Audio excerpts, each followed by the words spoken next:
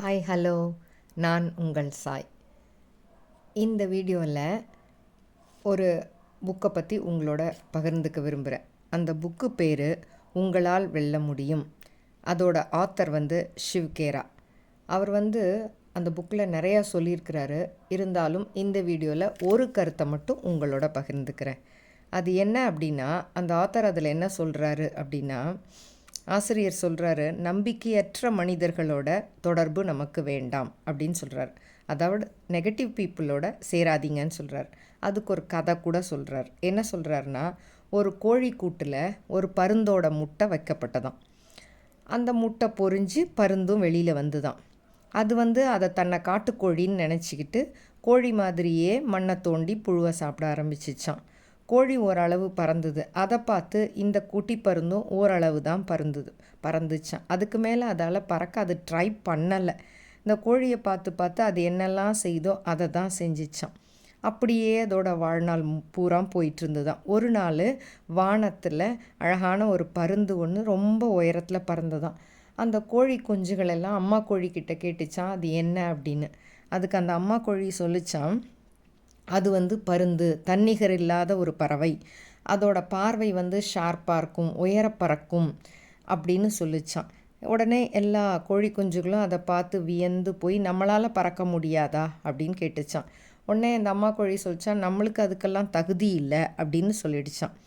அது தகுதி வேணும் அவ்வளவு தூரம் பறக்கிறதுக்கு, நமக்கு தான் அது இல்லையே, பேசாமல் இருங்கன்னு சொல்லிடுச்சான். உடனே இந்த கோழி குஞ்சுகளும் என்ன பண்ணுச்சான், பேசாமல் புழுவை தோண்டி சாப்பிட்டு அப்படியே விட்டுருச்சான். அதோடு இருந்த பருந்தும் அதுங்களோட சேர்ந்து மண்ணை கிளறி புழுவை சாப்பிட்டுட்டு அப்படியே அதோட வாழ்நாள் பூராம் கழிந்து இறந்தும் விட்டது. இப்போது இதுலேருந்து ஆசிரியர் என்ன சொல்ல வராரு அப்படின்னா, சில பேருக்கு வாய்ப்புகள் இருந்தும் தகுதிகள் இருந்தும் வெற்றி பெற முடியாதவர்களாக இருக்கிறார்கள் சில மனிதர்கள் அப்படின்னு சொல்கிறார். பருந்தை போல பறக்க விரும்புனா அதுக்கேற்ற முறைகளை நம்ம கற்க வேண்டும். சிந்தனையாளர்களோடு சேர்ந்தால் சிந்தனை திறன் வளரும்.